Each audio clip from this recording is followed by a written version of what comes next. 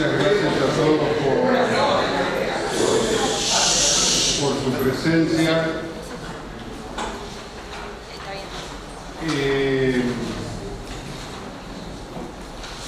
El grupo que ha dado denominación a la cátedra Encuentro Reformista está integrado por un conjunto de egresados de esta Casa de Altos Estudios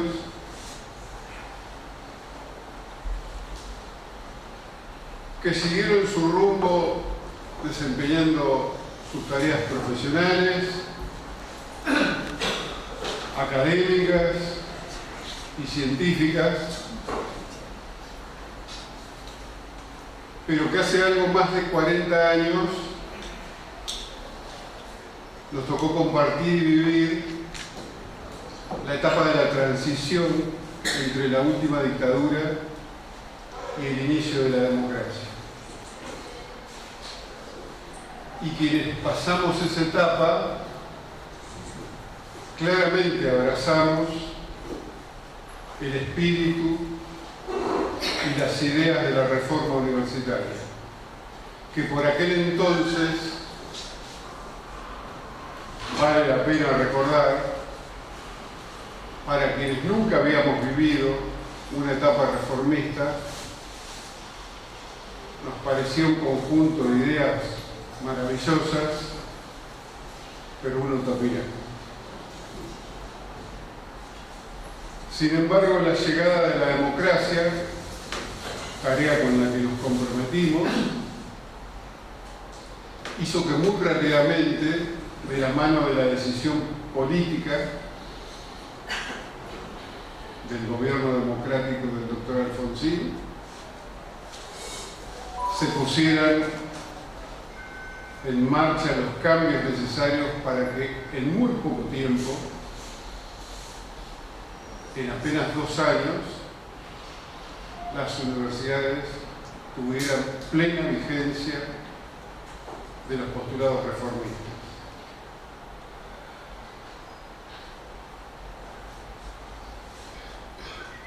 Y quien hoy me acompaña, así como nos honra hoy con su presencia y su compañía, honró a la universidad siendo el primer presidente. Y tuve el orgullo, la satisfacción, pero por sobre todas las cosas el gran aprendizaje de acompañarlo en el sector humano.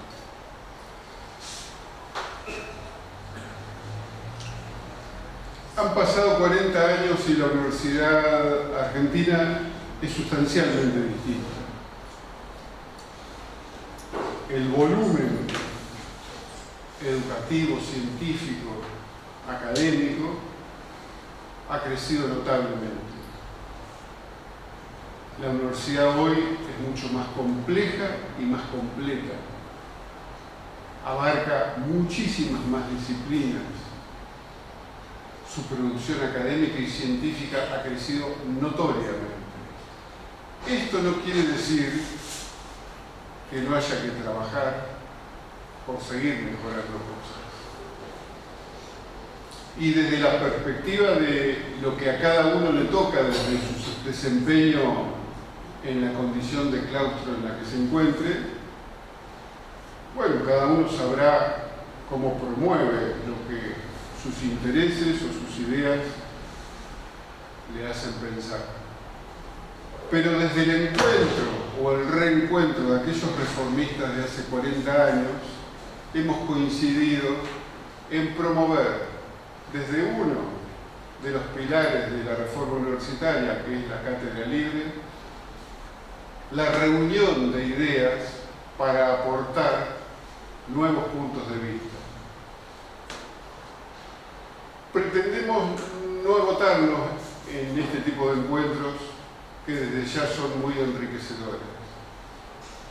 Pretendemos cruzar la modalidad de actividad a través de talleres o a través de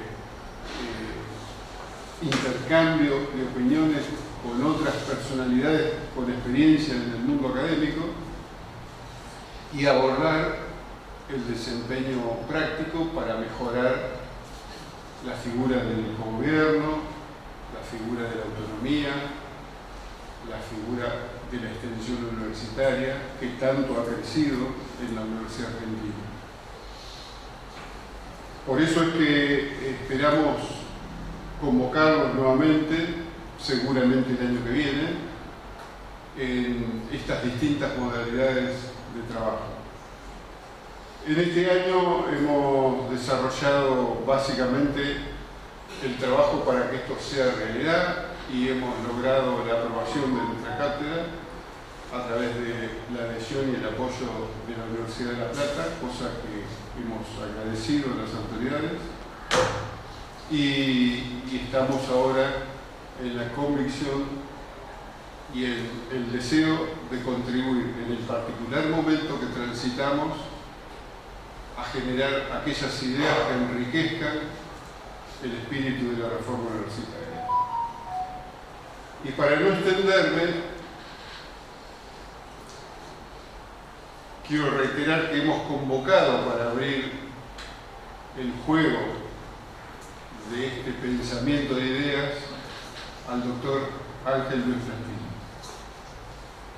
El doctor Plastino, como todos ustedes saben, es doctor en física, egresado de esta universidad. Ha sido 2 veces presidente de la Universidad de La Plata, presidente de la Comisión de Investigaciones Científicas de la provincia de Buenos Aires. Es profesor emérito en la Universidad de La Plata y en la Universidad de Buenos Aires. Cuenta con distinciones y reconocimientos en distintas universidades del extranjero, pero por sobre todas las cosas es y ha sido toda su vida un reformista comprometido. Y además es un académico y un científico que ha sabido explorar los campos del pensamiento más allá de su formación específica, y siempre nos ha asombrado con su capacidad de análisis y vinculación de temas que enriquecen la formación de nuestro intelecto. Por eso, en esta charla de hoy, cuyo título y enfoque ha sido elegido por Ángel, vamos a escuchar sus reflexiones y opiniones sobre el vínculo entre lo que fue la filosofía que inspiró a la Universidad de Bolonia, una de las universidades más antiguas de Occidente, y las ideas que inspiraron a los reformistas del 18. Antes de dar inicio a ello,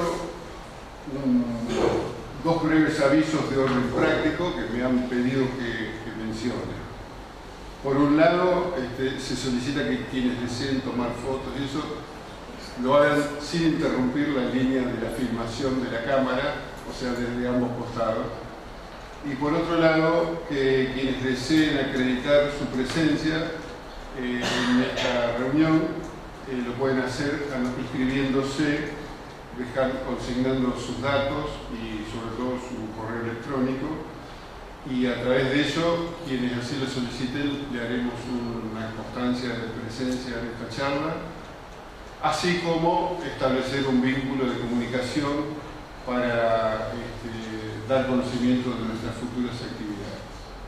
Muchas gracias por su presencia y lo dejo con Ángel Plastino.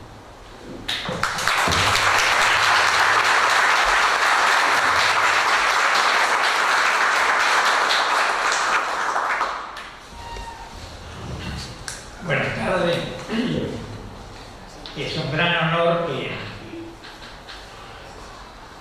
los organizadores de esta cátedra me hayan pedido que dé la charla inaugural.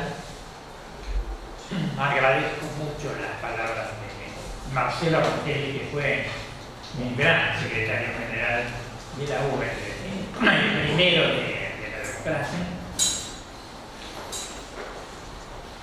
Y bien, como él les adelanta, mi idea es tratar de enmarcar el pensamiento reformista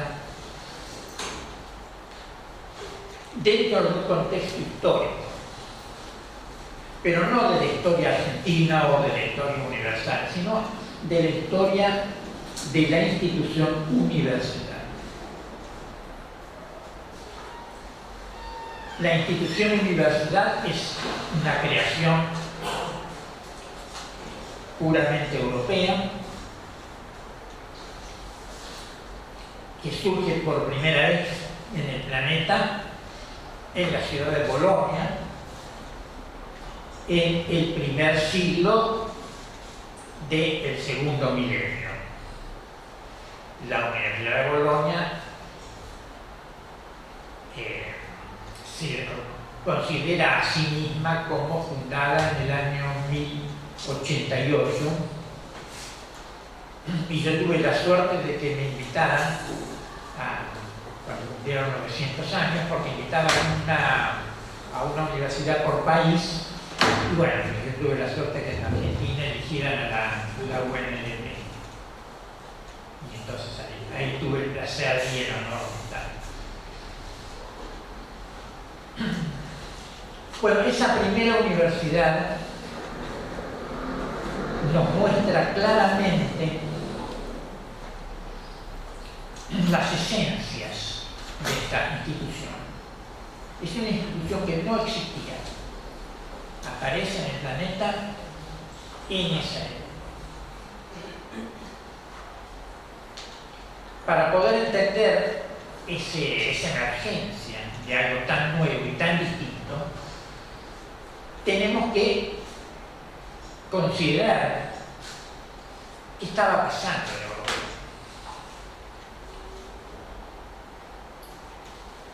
Europa era en ese momento, más o menos hasta el año 1000, uno de los lugares más pobres del mundo.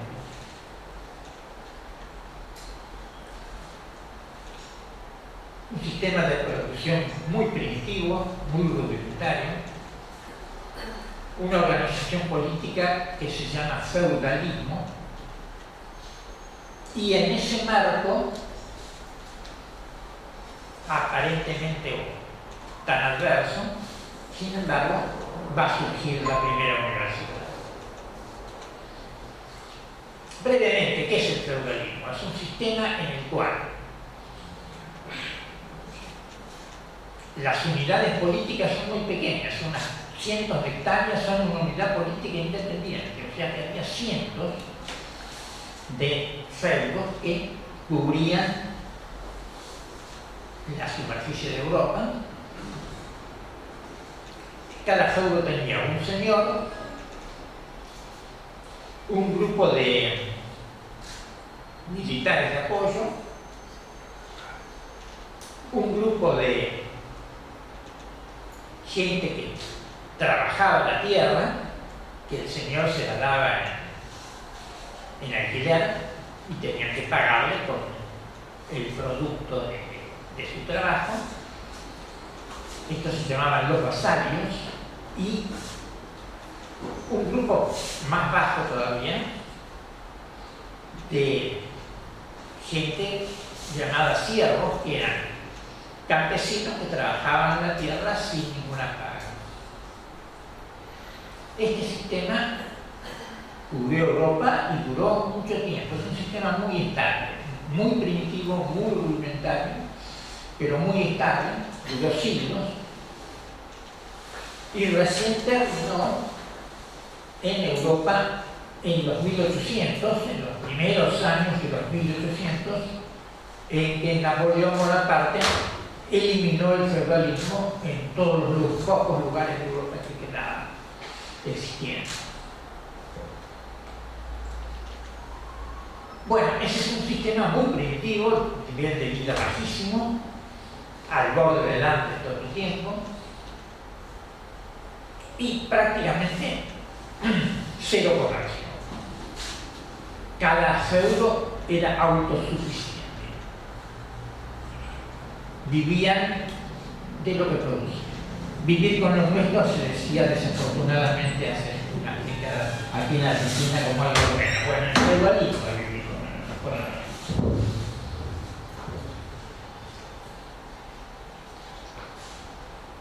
Bueno, van a pasar algunas cosas muy afortunadas. Primero, un cambio meteorológico muy importante. Aumenta mucho la temperatura de Europa. Eso hace a la tierra más productiva. Se generan innovaciones en el cultivo que van a aumentar tremendamente la productividad. Por empezar, se reemplazan los bueyes por los caballos. Un caballo produce por 4 bueyes, de manera que aquí tenemos un factor 4 de aumento de la productividad en la tarea agrícola. Se dejan de usar los arados de madera que se usaban solamente por arados de hierro. Los arados de madera tienen su sentido histórico porque donde surgió la agricultura del planeta, hace unos 12.000 años, en Oriente Medio, el arado de madera en Egipto, en Palestina, anda muy bien, pero no en las tierras duras de Europa. Bueno, alrededor del año 1000 empieza a trabajarse con arado de hierro y eso multiplica otra vez la productividad agraria por un factor enorme. Y finalmente también descubren la rotación de los cultivos. Si cambiamos lo que cultivamos cada año, el suelo no pierde rendimiento, sino que todo lo contrario, mejora. Entonces se dan 3 innovaciones tecnológicas más o menos cercanas en el tiempo que van a multiplicar enormemente la capacidad productiva en Europa. Y eso genera inmediatamente la necesidad de comercio. Si a mí me sobra lo que produzco, voy a querer cambiarlo por otra cosa. Entonces va a comenzar la transformación de una sociedad dividida en feudos aislados y sin contactos en una sociedad que necesita forzosamente, imperiosamente, desesperadamente comercial. ¿Cuál es el problema? Porque había uno muy serio. No había reglas. Cada feudo tenía sus propias reglas. Pero la gente ahora quería exportar lana de Inglaterra a Norte de Italia. ¿Cómo hacían? Tenían que pasar por 50 feudos, cada uno con sus reglas. De manera que era imperioso encontrar algo que facilitara el comercio. Y como vamos a ver, la solución a esa necesidad imperiosa de encontrar reglas para desarrollar el comercio, esa necesidad es la que va a dar origen a la universidad. ¿Cómo? Bueno, 500 años antes todavía existía el Imperio Romano, que tenía una legislación muy sofisticada, pero que claro, se había perdido. El Imperio Romano cae porque es invadido por pueblos primitivos de origen germánico, que son los que van a culminar e instalar el feudalismo. Y por eso se pierde casi toda la cultura y la herencia, el legado del Iglesia y del Imperio Romano. Pero por suerte, por el año 500, un gran emperador romano, pero con sede en Constantinopla, llamado Justiniano, hizo una gran compilación de la legislación comercial y civil del Imperio Romano, que si bien se perdió, era una fuente posible de solución al problema de generar reglas comerciales. Y otro golpe de buena fortuna, aparece esa recopilación de Justiniano, son varios volúmenes, en una ciudad del norte de Italia, Bolonia. Y más suerte todavía, había una persona que podía leer el latín de 500 años antes. ¿Cuál es el problema de que sea el latín de 500 años antes? Bueno, si nosotros queremos ahora leer un texto en castellano de hace 500 años, no entendemos nada, porque los idiomas evolucionan, cambian todo el tiempo. Y si pasan varios siglos, cambian totalmente. Bueno, va a pasar por el castellano, por el inglés, por toda la vida. Pero había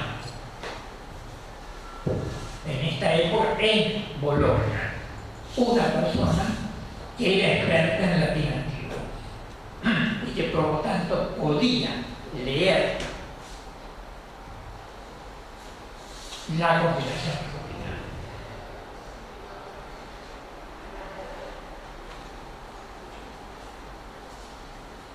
Bueno, este señor, Gabriel Neri, empieza a trabajar en esto. Mucha otra gente se va enterando de que se está haciendo algo tan importante y se trasladan de todos los puntos de Europa a Bolonia para participar en la tarea de Leonel. Entonces nos encontramos de repente en una ciudad, cualquiera de las ciudades de Europa en ese entonces era muy pequeña, tenía unos pocos miles de habitantes. Por ejemplo, Roma, que había llegado a tener 1 millón de habitantes en el Imperio Romano, había descendido a una población de 6.000. Y ahora de repente aparece en Bolonia un par de miles de personas que venían entusiasmadísimas para aprender y trabajar con Irnerio en la recopilación del derecho romano.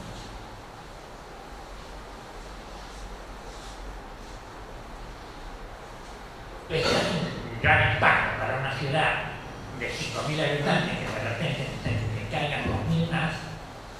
Eventualmente llegaron a 13.000 el número de extranjeros que llegaron a estudiar a Europa.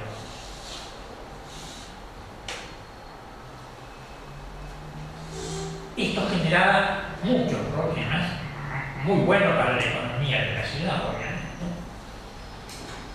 Las ciudades inmediatas, las ciudades en Bolonia, que otras luego acogían con entusiasmo, fervor, que les cayera una universidad, porque su economía mejoraba notablemente.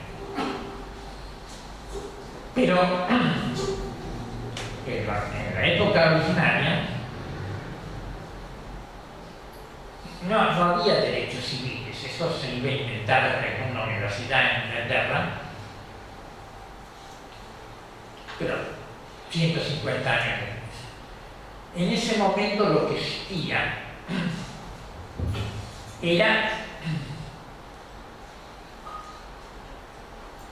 la asociación por trabajo. Y a los pasados, los campesinos, Y en los restos de ciudades que quedaban, artesanos, carpinteros, herreros, los oficios, agrupados en gremios. Lo que tenía personería era el gremio. Y esa personería del gremio la heredaban los artesanos que trabajaban en cada especialidad. Pero los estudiantes y el medio, la gente que pasó a ayudarlo como asistente y después como profesores, no pertenecían a ningún gremio. Y eso era peligrosísimo, porque existía una institución que se llamaba la represalia, que consistía en que si a Juan Pérez, un napolitano, le debía dinero, Juan Pérez se lo podía cobrar a cualquier napolitano que pasara por su lugar. Entonces, la gente que estaba trabajando sobre la conspiración de Justiniano estaba en peligro permanente. Necesitaban una protección. Y esa protección se la va a dar el Papa. El Papa, que era muy consciente de la importancia de lo que se estaba haciendo en Bolonia, decide en el año 1088 darle estatus gremial a estas personas, con el medio de la cabeza, que estaban trabajando en la compilación judicial. El nombre de estos decretos papales se llaman bulas, y el nombre de la bula es la primera palabra que contiene el texto del Papa. La primera palabra era todos, porque la bula decía esencialmente todos aquellos que se encuentran en Bolonia trabajando sobre la conspiración de Justiniano constituyen un gremio como cualquiera de los otros gremios. Y como se dice todos en latín, universitas. Por lo tanto, esta bula es la Universitas Bologna. Y ahí nació nuestra institución. Entonces veamos algunos rasgos inmediatos. Autonomía. Pues los gremios eran autónomos.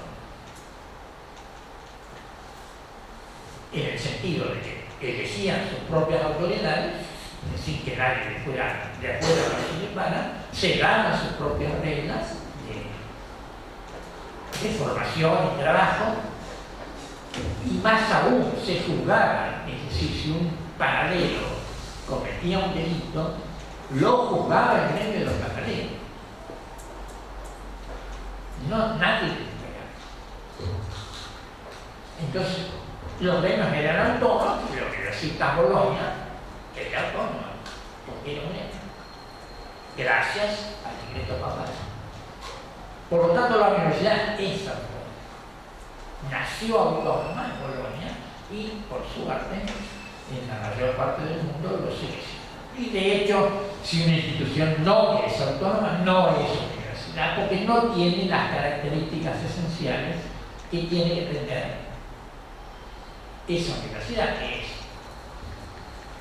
elegir sus propios gobernantes o los representantes, darse sus reglas, darse sus estatutos y funcionar y vigilar que todo funcione correctamente. De manera que la autonomía es estrictamente esencial. Y en general, en la historia ya casi de 1000 años de las universidades, se ha respetado. Aunque hay excepciones notables, especialmente en América Latina, donde ha sido violada sistemáticamente. Pero veamos qué estaba haciendo esta gente. Esta gente estaba creando conocimiento. el derecho romano es lo que se dice casuístico, es decir, no hay principios, sino que hay decisiones de jurados o jueces. La congregación de Justiniano presenta el problema jurídico y qué solución se le había dado. Es un enorme listado de problemas jurídicos y cómo los jueces o los jurados habían decidido la cuestión. Pero lo que en medio y su gente estaban haciendo era buscar principios subyacentes que permitieran deducir de estos principios que ellos estaban creando cuáles deben ser los resultados de la tarea de los jueces y de los jurados. Es decir, esta gente estaba creando lo que hoy llamamos derecho civil y comercial. Y lo crearon ellos. Lo creó la universidad. Llega hasta nuestros días, se usa hoy. El derecho civil y comercial tiene su origen en la Universidad de Colombia. Pero entonces, fíjense, esta institución estaba creando conocimiento, enseñando ese conocimiento que ellos crearon y transmitiéndolo a la sociedad, lo que hoy llamamos extensión. Entonces la Universidad de Bolonia nace haciendo investigación, o sea, creando conocimiento, enseñando el conocimiento que ella crea y trabajando y transfiriéndolo a la sociedad que lo necesita desesperadamente como biología. Y esto tiene un éxito terrible porque ese conocimiento se necesita. Con ese conocimiento ahora empieza a haber reglas estables para comerciar. Y al haber reglas estables, florece el comercio y empieza a crecer enormemente. Al crecer la actividad comercial, va a crecer también la innovación, porque el comercio necesita innovación. Y tenemos el resultado que se conoce como renacimiento del siglo XII, o siglo XI. En el siglo XII se generan más innovaciones que en los 1000 años anteriores. El renacimiento del siglo XII configura la sociedad que tenemos hoy. Hay tantos descubrimientos e innovaciones que es imposible enumerar. Les doy dos o tres. Por ejemplo, se inventa el papel en Italia. Se inventan los lentes.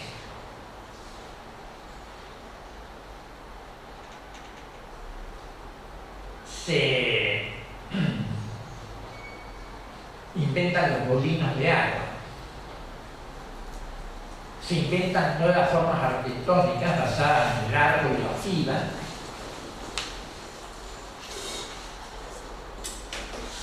Que van a permitir hacer grandes edificios que hasta ese momento eran imposibles. De ahí surgen las grandes catedrales que tuvimos la fortuna de ir a Europa, que son de esta época, 100, 200, 300. Enormes edificios que en los que era imposible soñar sin los cambios arquitectónicos del Renacimiento del siglo XII, desde los 1500. Bueno, la lista es larguísima de innovaciones. Y entonces se va a configurar una nueva sociedad, una sociedad basada en el comercio, va a debilitar fuertemente la influencia de los señores feudales, las ciudades se vuelven a poblar, las comunas se hacen independientes y al disminuir el poder de los señores feudales, va a empezar a aumentar el poder de los reyes. El rey de París era el señor feudal de París. El rey de Francia se reducía a París y su entorno. El resto era feudo. Si bien todos los señores feudales eran vasallos de un rey, ese vasallajo era puramente nominal. El que manejaba todo el señor feudal. Pero esto, cuando empiezan a surgir las ciudades, gracias al comercio,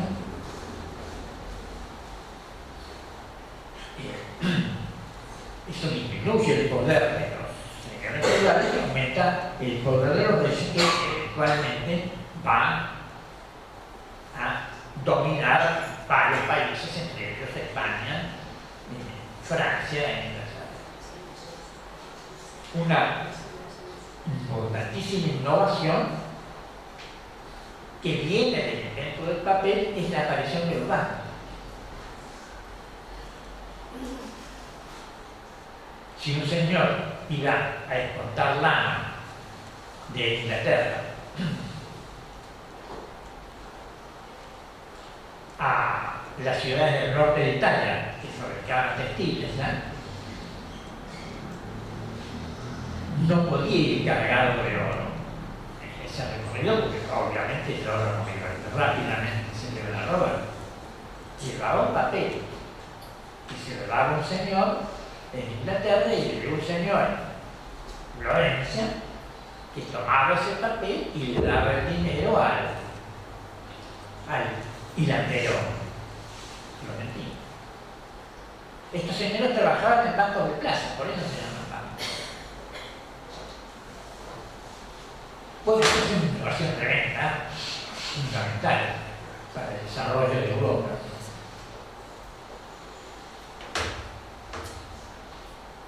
A partir de ese momento, entonces, Europa va a contar con una institución nueva que está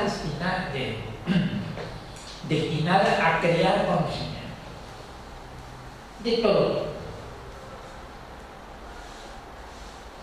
Ya, ese conocimiento continúa incentivando la innovación, de manera que es un círculo virtuoso, que además puede ahora ser financiado. Hay posibilidad de financiar cosas porque hay bancos. Y Europa empieza a crecer.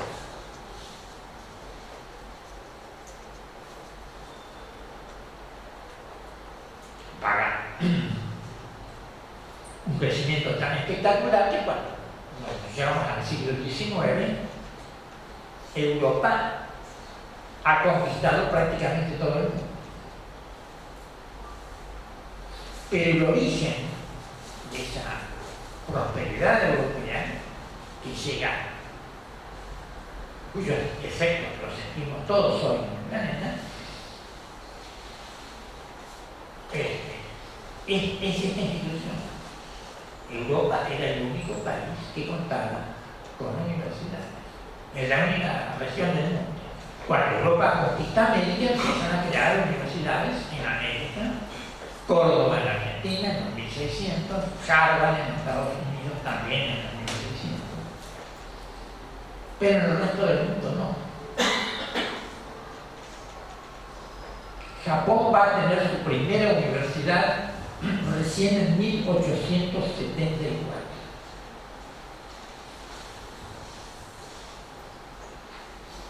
Bueno, entonces, ¿cuál es? Ya va quedando claro cuál es el marco de la institución universitaria. Autonomía. Rector significa representante, es el que habla en nombre de la universidad. El primer rector de Bolonia fue un estudiante. Los estudiantes y los profesores son los mismos, son parte del mismo gremio. Por eso co-gobierno. Se dio así, surgió espontáneamente. autonomía, co-gobierno, un tipo especial de enseñanza, porque están enseñando un conocimiento que ellos crean, no que crearon, ellos crean, el conocimiento que enseñan. Y es mención. Pero todo esto es la reforma. Estos son los principios de la reforma que están naturalmente envolvidos. La institución de universidad emerge con estos ingredientes. Entonces, lo primero que vemos es que la reforma universitaria de Córdoba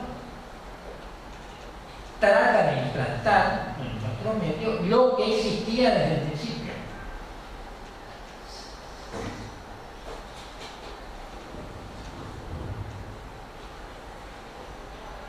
Ahora bien, insistamos un poquito en lo que enseña la universidad. La universidad, entonces, en un principio enseñaba lo que ella producía, el conocimiento que ella misma producía. Esto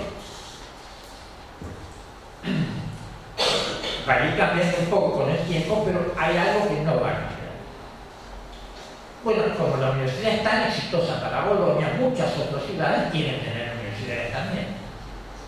Y en el 1200 y 1300, en esos siglos se crean numerosas universidades por toda Europa, con toda ciudad más o menos importante que, viendo la ventaja que había tenido Bolonia, quería tener los mismos.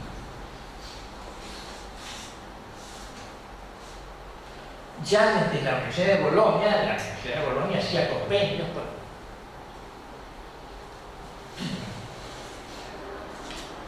no solo con su propia comuna, la de Bolonia, sino también con otras, para asesorarlos políticamente. Esos compendios que de alguna manera hoy hay alguna crítica en Argentina sobre los convenios de las universidades, Bolonia los inventó. Son esencia de la universidad, hacer extensión y generar convenios con distintas instituciones o gentes o personas que necesitan de los servicios de la universidad. Esto no es una cosa nueva, esto es la esencia de la universidad y el convenio.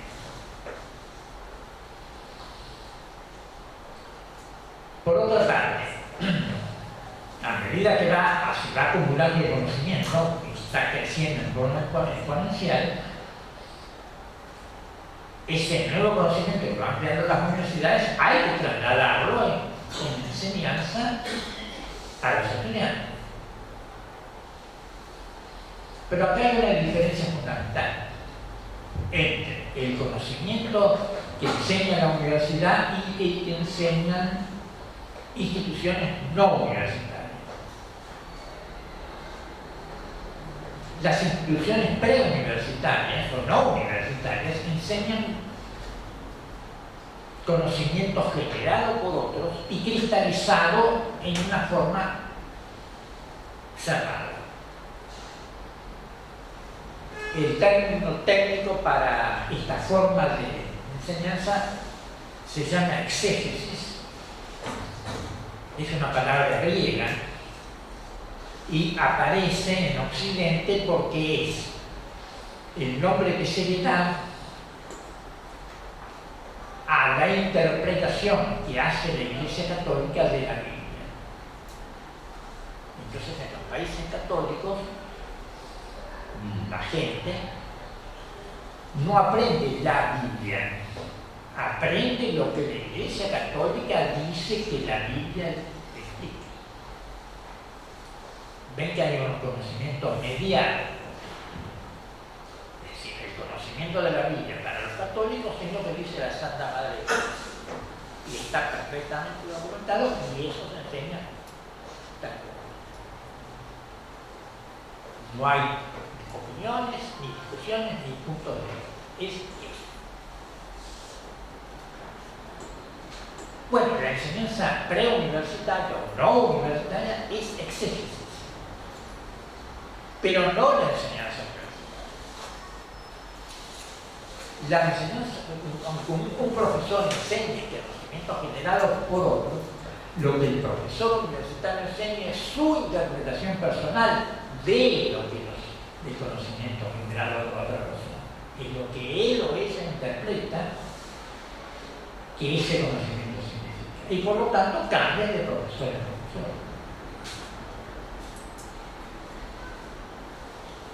Y si, como sucede frecuentemente, este conocimiento a enseñar tiene puntos de vista distintos, pues el profesor los enseña.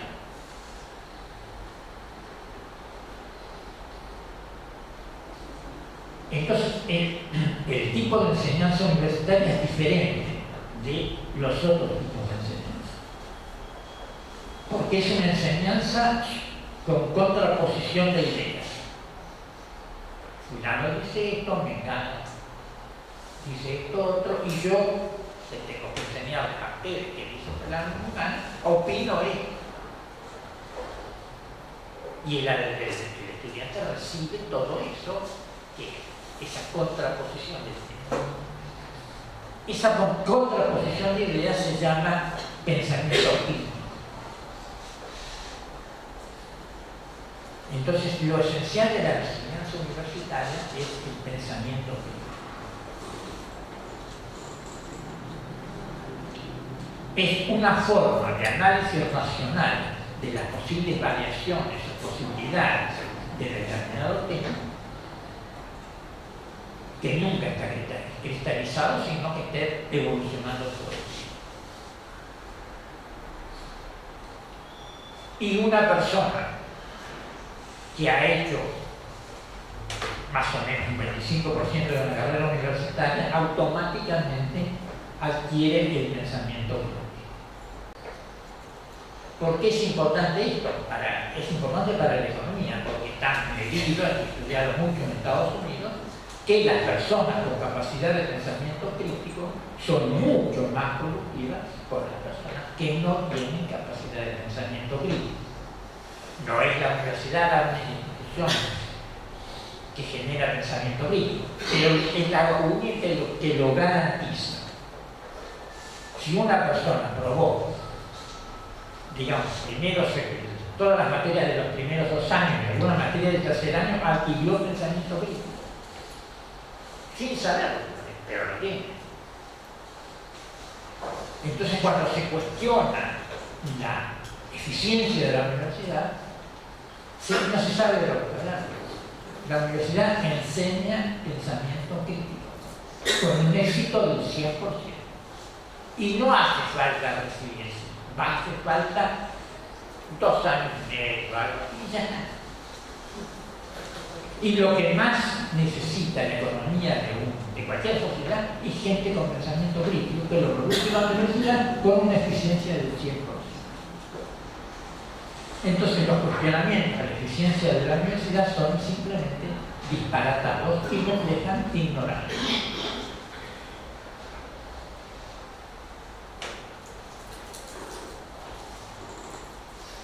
Ahora, la historia de las universidades es muy turbulenta.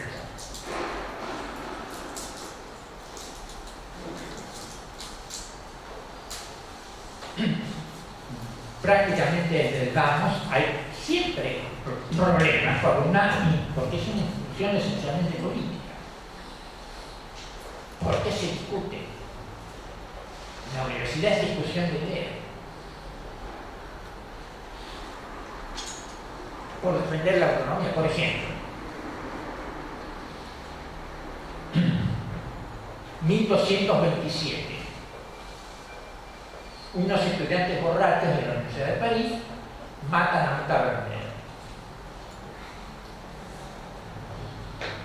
El rey, recuerden, el rey de París era rey de París, no de Francia.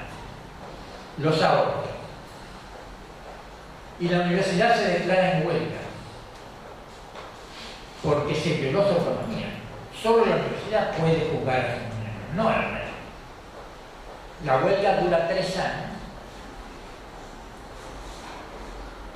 y finalmente lauda el Papa diciendo que la universidad tenía razón, que se había violado su autonomía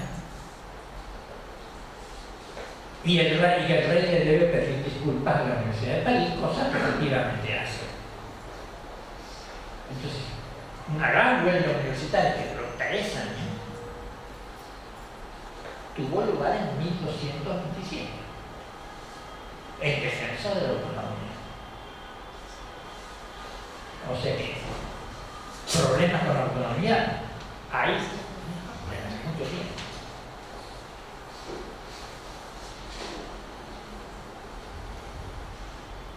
El otro tema que afecta a toda la sociedad humana es, y que va a afectar a las universidades, y la burocracia.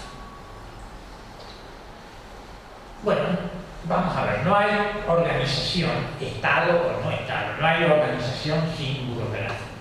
La burocracia hace posible que haya organizaciones, pero tiene problemas, obviamente, como todas las cuestiones humanas, la burocracia tiene. ¿Cuál es el problema de la burocracia? Que el burócrata está muy conforme con lo que hace y no quiere que le cambien su tarea. Yo hago A, B y C, basta, no me metan D. Pero en una institución como la universidad esto es terrible. Es terrible en general.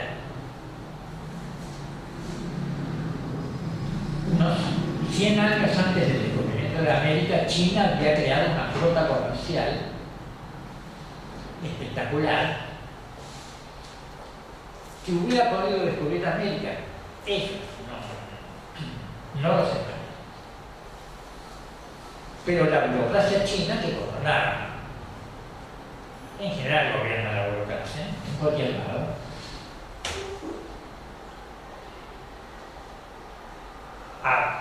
veía que el auge del comercio chino generado por las posibilidades de relación que tenían las cosas chinas mermaba su poder. Y entonces simplemente hicieron que el emperador chino prohibiera el comercio de ultramar a China. Y ahí se quedó, otra vez como nuestro, era mucho, era rica China, pero sin posibilidades de comercio. Eso es considerado uno de los crímenes mundiales de la burocracia y que perjudicó muchísimo a China. Pero bueno, el burócrata esencialmente tiene el problema de que no quiere cambiar. Y eso, en la historia de las universidades, generó rispidez. La más importante, y esto tiene mucho que ver con la reforma, va a suceder en Alemania. Cuando en los 1600 aparece la ciencia, como la revolución, lo que se llama la revolución científica, por supuesto aparece en la universidad, donde va a aparecer. Los dos figuras más grandes de la revolución científica son Galileo Galilei, profesor de la Universidad de Pisa, y Isaac Newton, profesor de la Universidad de Cambridge. Cuando aparece la revolución científica, muchas universidades, especialmente en Italia, Holanda, Francia e Inglaterra, se suman entusiastamente, pero otras no, por ejemplo la de Alemania. Cuando aparece la revolución industrial, que va a cambiar el planeta, esto se trabaja hacia fines de los 1700 en Inglaterra, gracias a la máquina de vapor. La máquina de vapor, por primera vez en la historia humana, permite reemplazar el músculo animal o el músculo humano por el trabajo de una máquina. Esa máquina es la máquina de vapor que se descubrió. ¿Dónde podría haberse descubierto la máquina de vapor? En una universidad, la Universidad de Glasgow, la patentó la Universidad de Glasgow. Bueno, la revolución industrial, que va a generar recursos y sigue hasta hoy, no es bien vista por la burocracia de las universidades alemanas. Y entonces en las universidades alemanas no se enseña ciencia ni se hace investigación. O sea, no se hace investigación, por ejemplo, en teología o en derecho, pero no científica.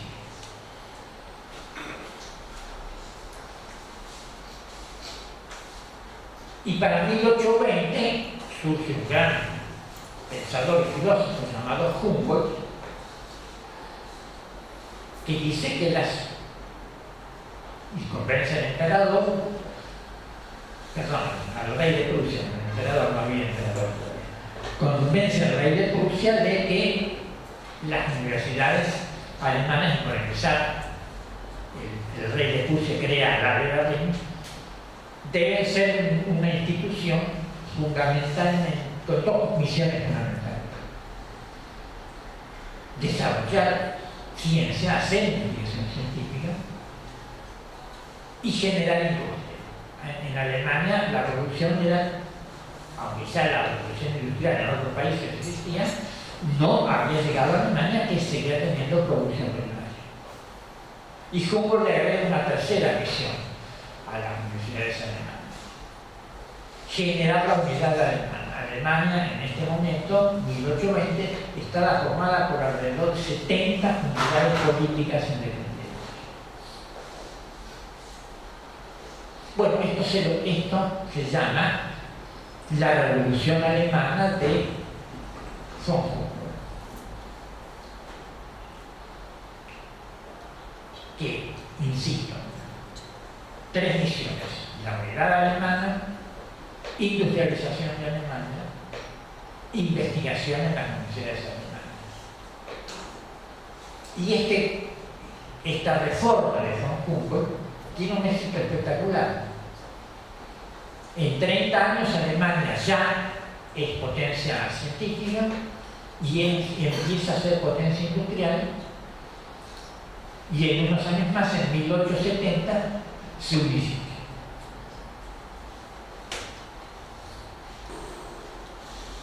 Entonces nuestra reforma universitaria se refiere a la de Alemania.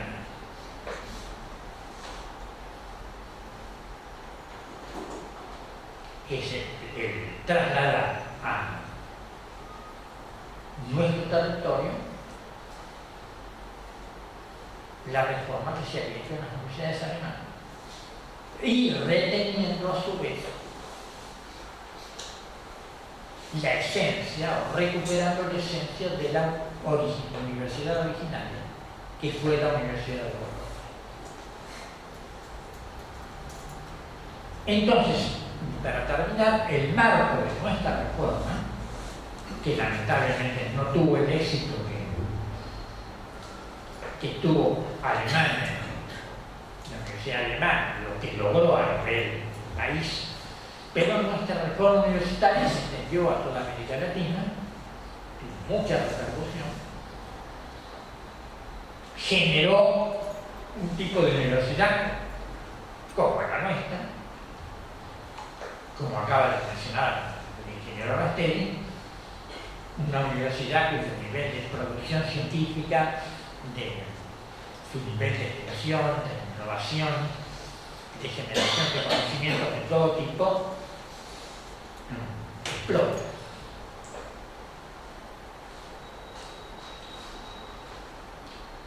De manera que entonces, y espero no haber sido demasiado aburrido, la reforma universitaria del 18 es el traslado a nuestro territorio de las ideas fundacionales de Bolonia y de la reforma universitaria de fondo, que da origen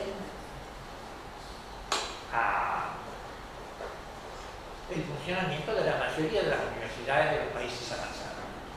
La reforma de von Humboldt, por ejemplo, fue tomada con mucho entusiasmo en Estados Unidos, y todas las grandes universidades de Estados Unidos siguen el esquema de von Humboldt. Y Termino mencionando 4 nombres, por si les suenan. Hegel, Karl Marx, Nietzsche y Einstein. 4 grandes figuras del pensamiento mundial, todas grandes partidarias de la reforma de von Humboldt, como la nuestra es una copia de la de von Humboldt, podemos decir orgullosamente que somos herederos del pensamiento de las figuras más importantes de la civilización occidental. Bueno, muchísimas gracias por todo.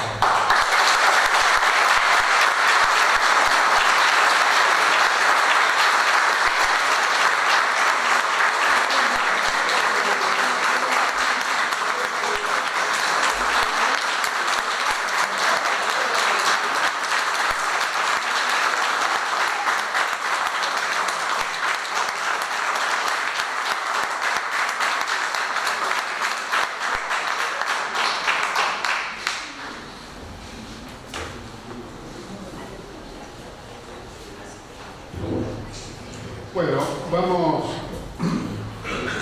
para darle un poco más de informalidad y habilitar un espacio de intercambio, vamos a abrir algunas preguntas. No las vamos a responder toda la noche desde luego, pero si hay alguna consulta o inquietud que alguno quiera expresar, así lo puede hacer.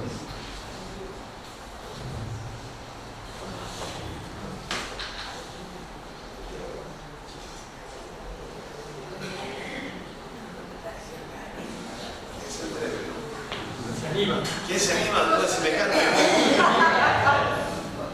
Abriendo el teléfono. ¿Por qué cree que acá no funcionó y en Alemania sí funcionó? ¿Cómo era la pregunta?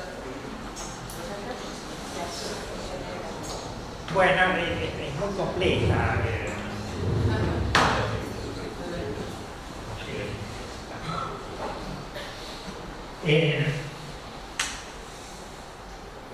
En Alemania había un fuerte sentimiento. Fíjense en Alemania, 1870, Argentina ya existía el país americano. 1870 se crea recién Alemania. Ellos estuvieron penando durante siglos por poder unir. Entonces, que hubiera una institución como la universitaria que trabajara para eso, encontrar un terreno muy fértil en la sociedad que acá no existe. Bueno, esto hay que vivirlo para verlo, pero digamos, en Alemania, un profesor universitario es alguien muy importante en la sociedad. Cuando yo fui profesor en Alemania, fui al banco, cuento 2 anécdotas para que vean lo que es Alemania. Fui al banco a abrir la cuenta para la Universidad de Pagara. Cuando apenas se enteraron que yo era profesor de la universidad, me dijeron que no, usted habla con el gerente.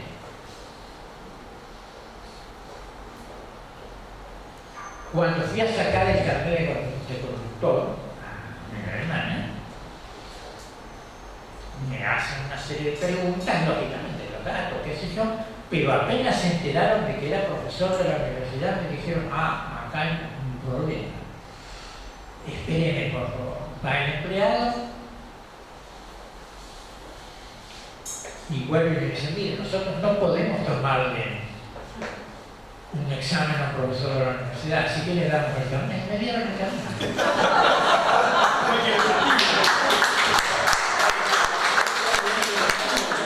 Por eso, la reforma de Humboldt, hay una sociedad que está para eso.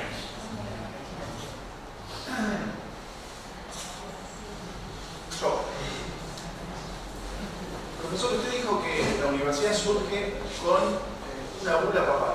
Sí. 1088. ¿Cómo se pasa de ese surgimiento en Bolonia de la mano de la Iglesia a la reforma del 18 si la entendemos como algo eminentemente anticlerical. Bueno, pero que son dos iglesias muy distintas. La iglesia del 1088 era el poder político de Europa. Era el único poder político. Los reyes no tenían poder político y los señores feudales tenían poder político en unas cientas hectáreas. Es decir, que el poder del Papa era el único poder que había.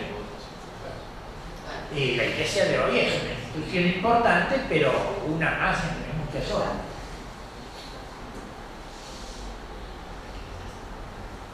Y además las universidades que existían en 1918 eran todo Buenos Aires y La Plata, las 13 eran civiles, no había universidades.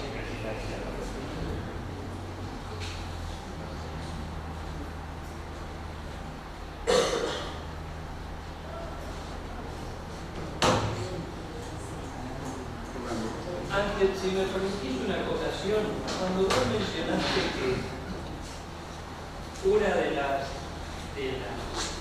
los objetivos de Humboldt fue crear una universidad, crear conocimiento, industrializar y unificar a Alemania. Humboldt era al mismo tiempo ministro de instrucción del rey y ministro plenipotenciario de Francia y de Europa, así que tenía la doble función. Entonces usó la creación de la Universidad de Berlín justamente para hacer una plataforma para sí mismo, en primer lugar, y segundo, para esos objetivos. El tipo que creó la Universidad de Berlín era ministro de Relaciones Exteriores y ministro de Educación simultáneamente. Sí, era más fácil. Pero Joaquín de González, que creó la ciudad, también fue ministro. Ah, me olvidé de mencionarle. Varios papas fueron profesores de la Universidad de Bolonia antes de ser papas. O sea que ya en esa época, fíjense el poder político de la universidad. Muchísimas gracias, Ángel, por seguir teniéndonos paciencia y dedicándonos tiempo a estas aventuras. Habla de tu reiterado y permanente compromiso fundamentalmente con la educación, con nuestro país y por supuesto con las ideas reformistas. Y desde ya muchas gracias a todos los que se dieron el tiempo para estar un rato intercambiando ideas y opiniones, y los invitamos a que en nuevas actividades que seguramente por lo avanzado del año ya serán el año próximo, nos podamos volver a encontrar. Buenas tardes y muchas gracias.